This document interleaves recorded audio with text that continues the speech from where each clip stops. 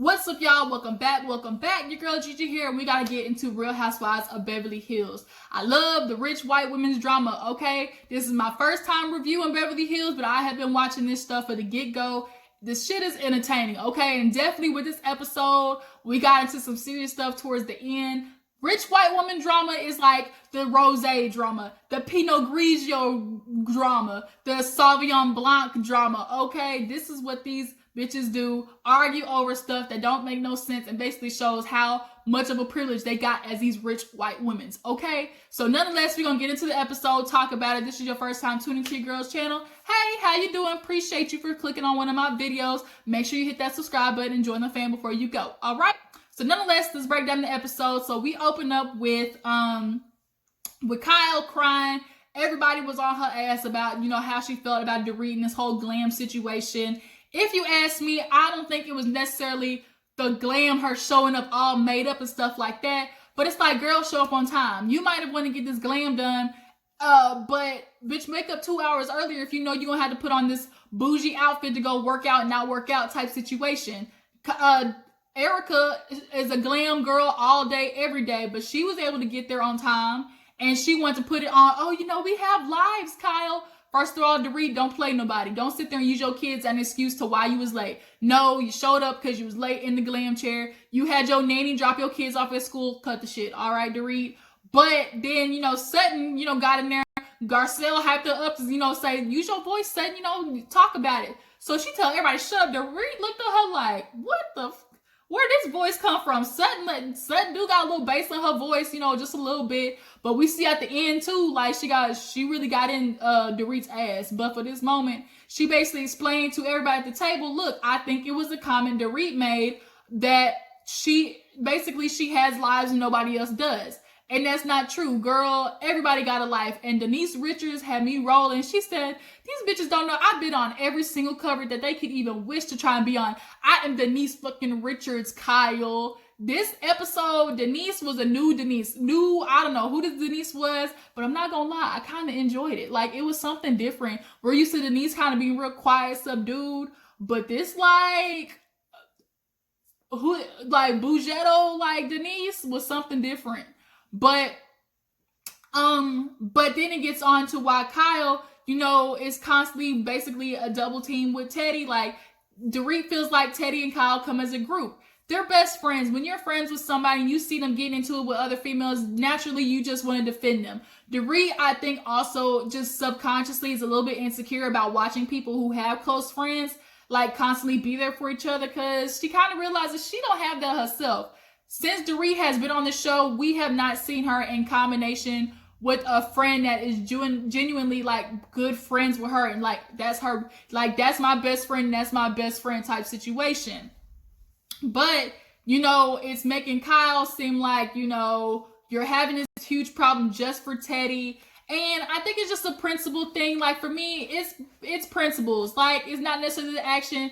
Dorit, yeah, you can show up and glam, but bitch, wake up on time to do it. If you realize you gotta wake up 2 hours earlier to get to the situation on time, then it's gotta be that, okay? But don't sit there and use your kids as an excuse. Nothing like that. Girl, you had your nanny drop them off at school. Cut the shit, all right?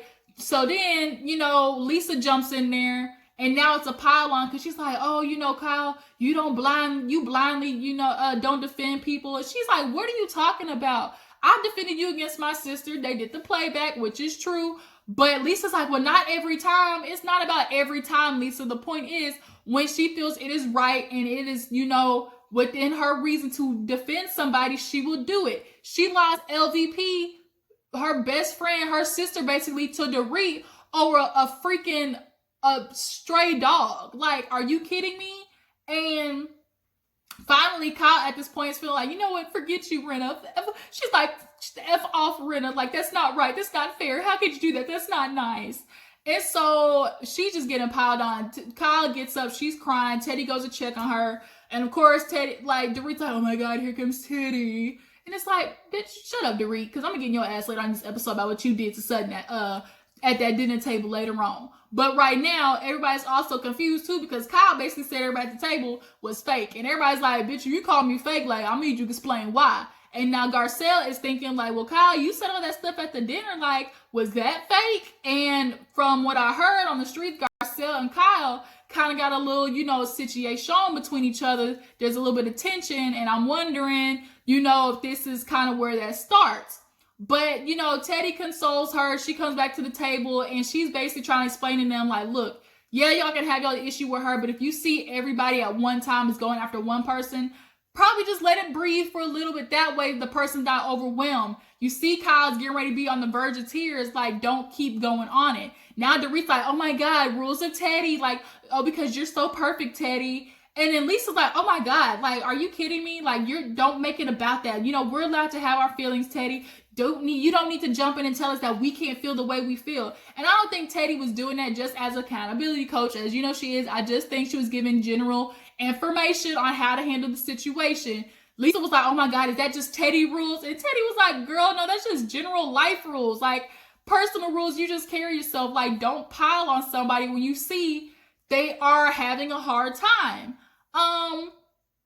Which is what a lot of these girls do on this show. Now, if it's me, bitch, you ain't gonna have all 6 of y'all coming at me, because then we're gonna have an issue. I can handle each of y'all, one of y'all accordingly, individually, but don't all 6 of y'all trying to come after bitch, because then it's gonna be World War III. I don't do the gang ups.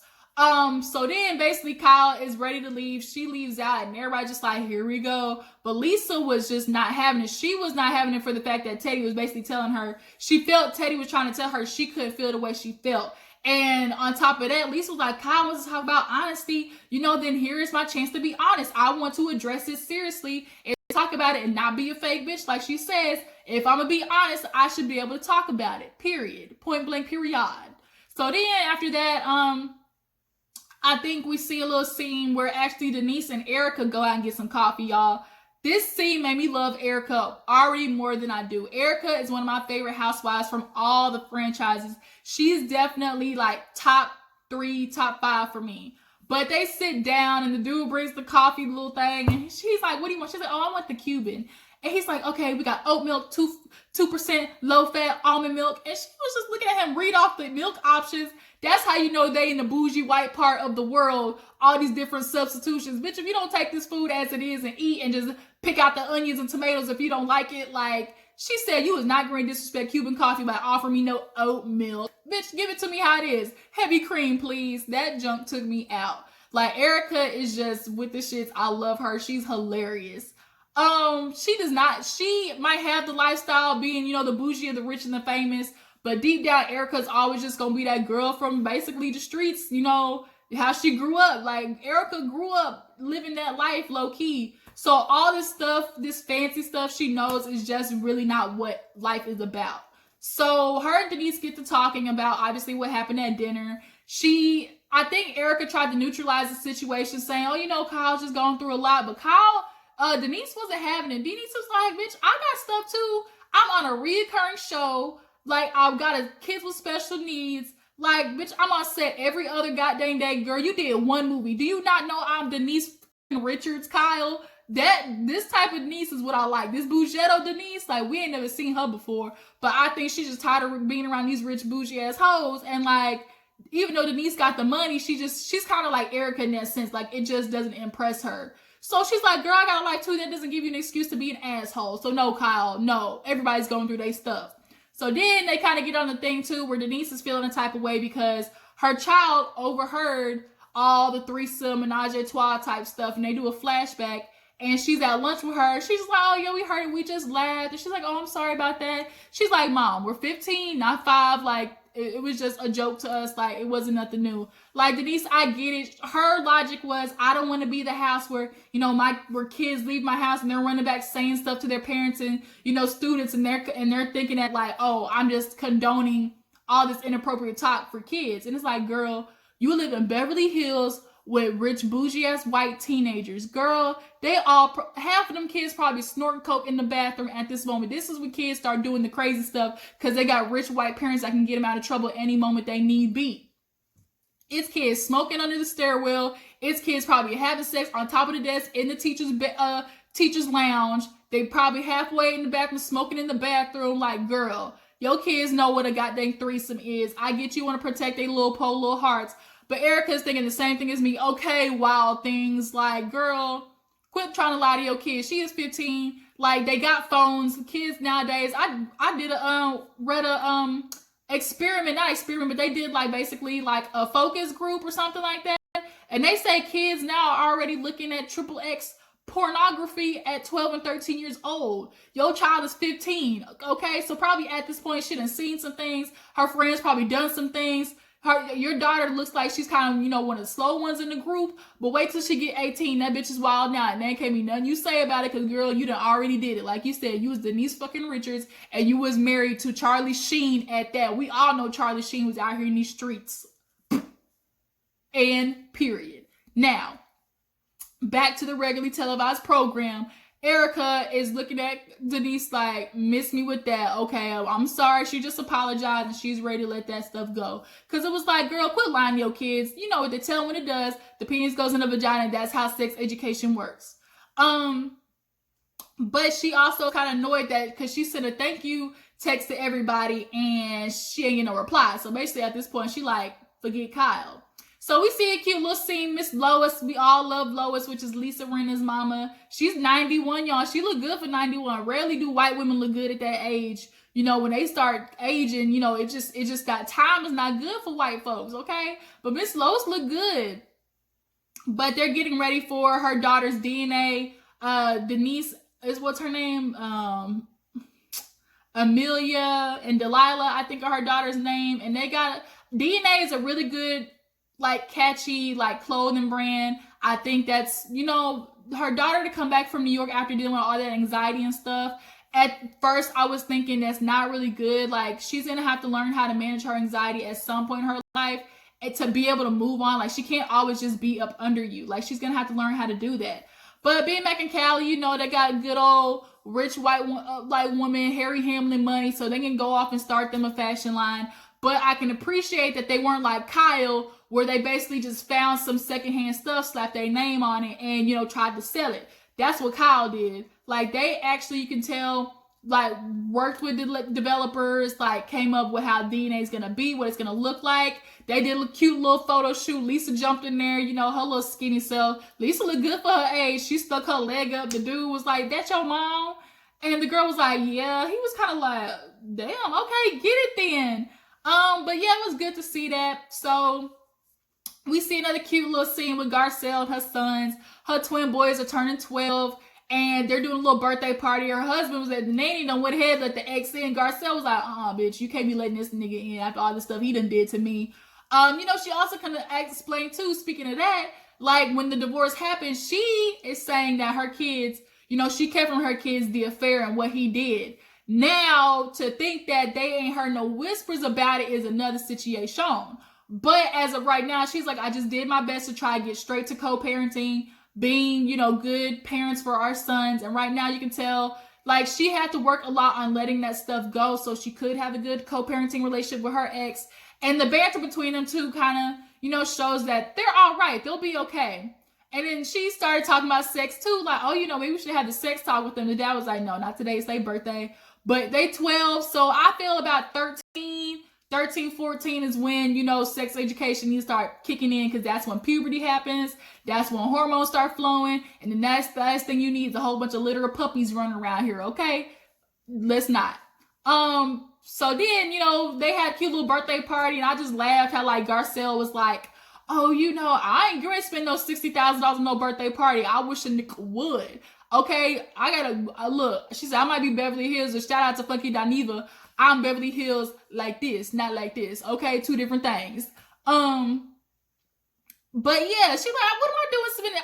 I can't stand parents who spend so much money on these little ass birthday parties. Like, yo, kid, I feel like the residential birthday parties where they should be like big, you know, to me, like 16, 18, maybe 21, but at the age of 20, you can do that on your own.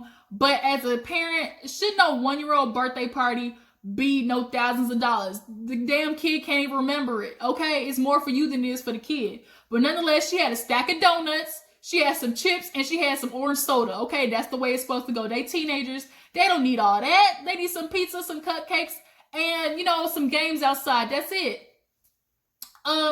But I can appreciate, you know, seeing that little scene between them. And I can only imagine how they had to feel to know their husband had an affair for 5 years and like to have to work on co-parenting with them and keep it from your kids. She joked like, you know, sometimes I just be telling my kids, you don't know what mommy went through. And it's like, girl, I can only imagine. Especially being a kid from a kid of divorced parents, like, man, that shit is something else. And then it's kind of a similar situation with Garcelle and stuff like that. What we had went through, you know, it was a lot. Like, it is a lot. So I can applaud her with keeping her kids out of that situation. So now it's the day of DNA of Lisa's daughters, you know, like fashion stuff or whatever, and they all are going to meet up at Erica's little lounge. Like, Erica got that juice, y'all. Erica got her little stop shop where it's just like neon lights. I remember seeing this last season. She calls it basically like her creative space. Basically, she goes there to write, do stuff or whatever, go over her roles. But all the girls come and it's awkward, kind of at first. Dorit came with a mean ponytail looking nice.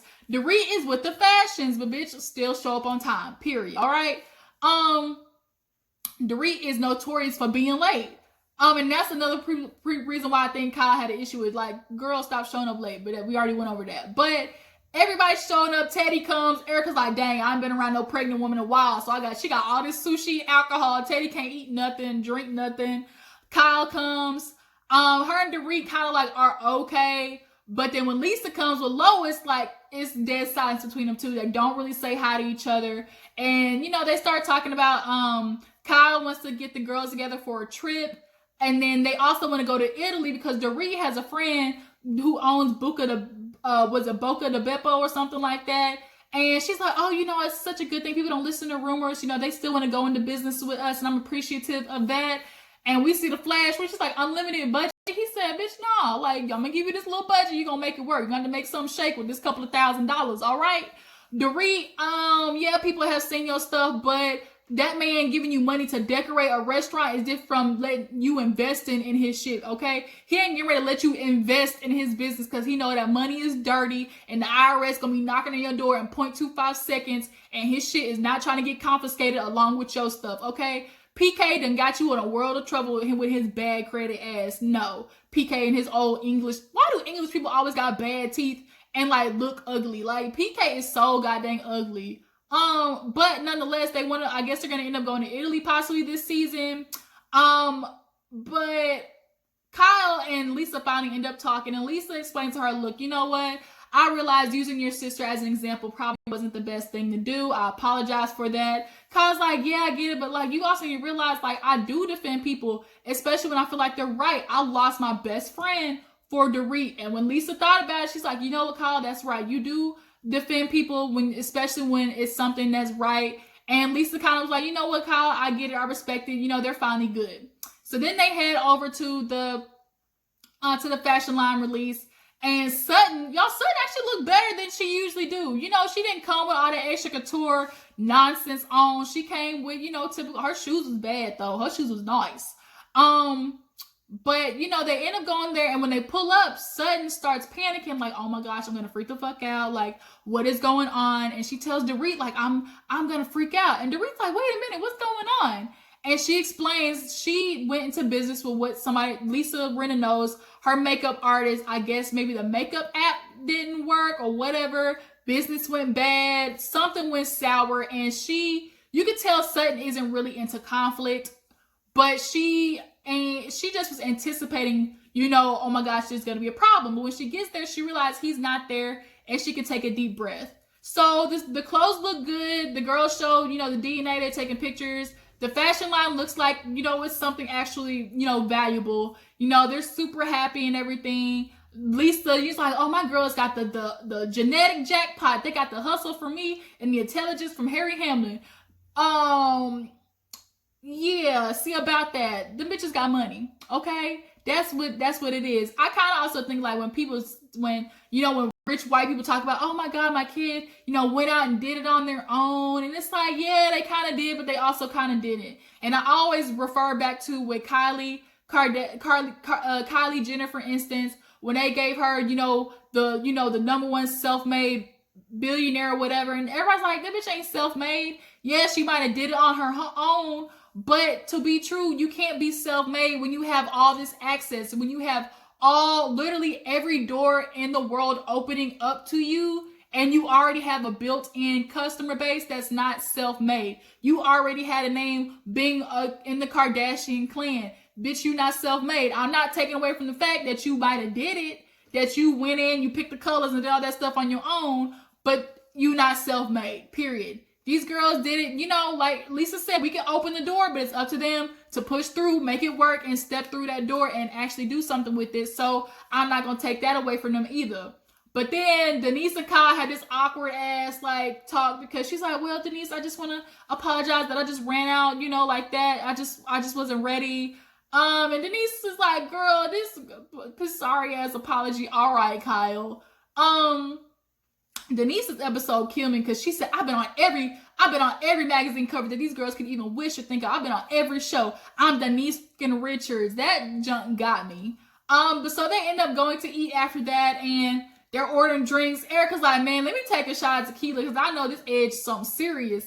And everyone's like, what edge? Like, what is it so, what's it tense for? And Dorit's like, well, and she starts going in about Sutton. She's like, Sutton, I don't know you like that. So for you to sit there and say you're going to freak the out at Lisa's, you know, daughter's event, like, what is the problem? And Sutton looked at her like, oh, really, word? Bitch, that's what we doing? We doing it like that? So then Lisa's like, what do you mean? Like, had you ruined my daughter's event, you would have got kicked out. We not doing that. And Sutton was like, no, that's not how it went. I'm explaining to you, your friend was bad business, Joey or something like that. Lisa's like, okay, like, that's my friend. That's y'all's situation. That's completely independent of us. Like, and she's like, that's all I was saying. But for Dorit just kept, well, you said you were going to freak the fuck out. What does that mean? Are you going to start a fight? Are you going to go throw drinks? Were you going to ruin her daughter's stuff? And Sutton looked at, like, Lisa, you really think I would do something like that? First of all, Dorit, what are you bringing it up for if nothing happened at the event? Sutton did nothing. So what, it's like, obviously, what is the conversation for? Dorit was finding a way to start an issue, first of all, because she needed a storyline for something. And secondly, because Dorit is a bitch like that. She wants to point out faults in everybody else. And now Sutton is over there, like, crying. Kyle's trying to console her, like, Dorit, she obviously didn't mean it like that. Like, you're misconstruing it. And Sutton was like, no, shut up, Dorit. No, shut up, Dorit. No, you're not doing that. Do not do that to me. I said it quietly. She's like, you yelled. So I'm like, oh my God, I'm going to freak the f out. And it's like, no, she didn't. She literally said it outside of the event. She didn't even have no issue when they were in there. She said it when they got off the bus, quietly to you. And she says, when I say I'm going to freak them out, all it means is I'm going to, like, run away crying. Like, I'm having a bad anxiety panic attack or something like that. And she's like, well, I don't know that about you, Lisa. Oh my God, I would have kicked you out. And it's like, girl, Lisa, cut the shit. All right. So now she's like, let the mouth go, Dorit. You had your fun. Let it go. And basically Sutton was like, okay, bitch, I see you. You want to sit there and come after me. I see you want to have your fun. You want to pick at me over something this stupid. Now let it go. Let it go. And Dorit's like, well, Sutton. And she's like, let it go, Dorit. And Dorit didn't know what to do. She was quiet. She was stuck on, okay, so now Kyle is like, well, why are you doing that? Like, there's no issue, you know, and Dorit looked at Kyle like, well, Kyle, you always want to say, oh, we fake and we not being honest. Here's a time for me to be honest with Sutton. And so now Denise is kind of into it like, well, yeah, Kyle, you know, you want to call us all fake ass bitches. Speaking of that, you know, you want to explain why, you know, we fake and stuff like that. So then Kyle's like, oh my God, like, okay, I'll give you an example. So she basically tells Denise, I think you're fake because you're going to come over here. You know, you used to be all no makeup and stuff like that. But when I come into your house and you got a freaking ice sculpture. Denise is like, serious, an ice sculpture. She's like, girl, I done had camels at my kids' birthday parties. I done had all the venues. How does that make me fake? I honestly think Kyle just kind of pulled something out of her ass in that moment because she didn't have enough time to really process what she was saying. And Denise was not here for it. They start kind of, she's like, oh my God, Kyle, don't you ever just shut up sometimes and let other people talk? You only want to hear what you have to say. Kyle was like, okay, you can speak. She's like, no, I don't even feel like saying nothing no more. She's like, I'm going to let you talk, but you don't have to be an asshole about it. She's like, you know what? Let it go, Kyle. I'm not doing this with you. And Erica looked at Denise and was like, Denise. And Denise had a look on her face like she was going for the jugular when it came to Kyle. Erica was sitting like, girl, Denise, like, bring it down, little, bring it down some. And the episode kind of ends right there, actually. Oh no, and they was like, Lisa was like, I think it's time for me to take Lois home. Some was like, well, why? Everybody busted out laughing because like, bitch, y'all crazy, okay? And they asked Miss Lois for advice, and she's kind of like, you know, you're all gonna laugh about this one day, how stupid this is. You're gonna wake up and be 81 and be like, what the hell was that even about? And Lisa was like, first of all, bitch, you 91. And it kind of like broke the tension in the air. You know, they just needed to change the subject because Dorit, I'm clocking you, okay? I see you. Sutton sees you now. She said it. You had your fun. Let the shit go. And I think now this is where, you know, things are starting to get really tense. And Denise is going to be coming after Kyle next episode after the whole little astrology situation on. And we're going to be here next week to talk about it. So I appreciate you guys for tuning in. Let's have a conversation down in the comments. Tell me, how do you feel about Dorit, you know, expressing Sutton's, you know, like anxiety attack like that? Girl, you turned the whole situation around. You turned it from a small little thing. Like, when context is not included in how somebody was talking, and you know, the way somebody's tone, how she explained it with the tone, she changed all of it into something that it wasn't. And Dorit, we gotta watch bitches like Dorit, okay? And then when it came to Kyle calling everybody fake, do y'all agree with it? Dorit's feeling like, well, Teddy was not wearing makeup, and now she's wearing makeup now. She's all glam. And it's like, first of all, Teddy can put on makeup if she wants to, because she still knows how to show up on time, bitch. That's the issue. Teddy it's not about the glam. I just think they're totally, like, making the real issues and covering it up with something else. Yeah, I don't know what y'all think about that. How y'all feel about Denise and her being mad that they brought threesomes around her kids? Drop down in the comments to let me know. Appreciate you guys for tuning in. Before you go, make sure you like this video, subscribe to my channel, and I will catch y'all later. Deuces.